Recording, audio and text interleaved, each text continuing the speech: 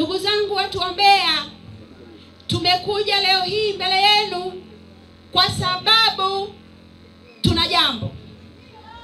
Na jambo lenyewe ni hili hapa. Watu wa Mbeya mnasifika kuwa kitovu cha mabadiliko katika taifa letu. Watu wa Mbeya mmekuwa mfano katika taifa hili katika kupambania haki na mageuzi. Na ndio maana wajumbe wa kamati kuu na sekretariat ya chama ikasema kauli yetu ya no reforms no election itainuliwa na watu wa Mbeya. Tunasema no reforms no election, maana yake ni nini? Hakuna mabadiliko, hatuendi kwenye uchaguzi. Tunahitaji mabadiliko katika mambo mbalimbali, lakini makubwa zaidi ni yale ya kimfumo, hasa yanayoathiri chaguzi zetu. Amesema dadangu Mayemba hapa, hawa jamaa walimsingizia Mwafulani. 2019 wakasema Mwafulani ndo mbaya. Tukasema haya twendeni.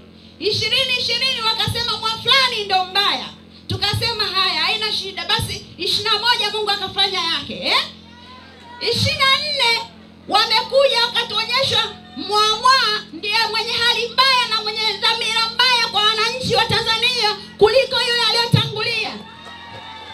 Sasa kwa sababu tumezindua hapa Mbeya, tunakwenda kuzunguka nchi nzima kuzungumza.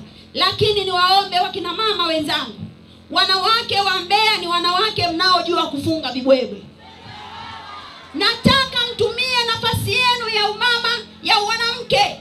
Fungeni vibwebwe, washawishini wakina mama kwenye vikoba, makanisani, misikitini. Waelewe ni kwa nini haituhitaji kwenda kwenye uchaguzi bila kufanyika mabadiliko ya kikatiba pamoja na kikanuni. Sawa ndugu zangu?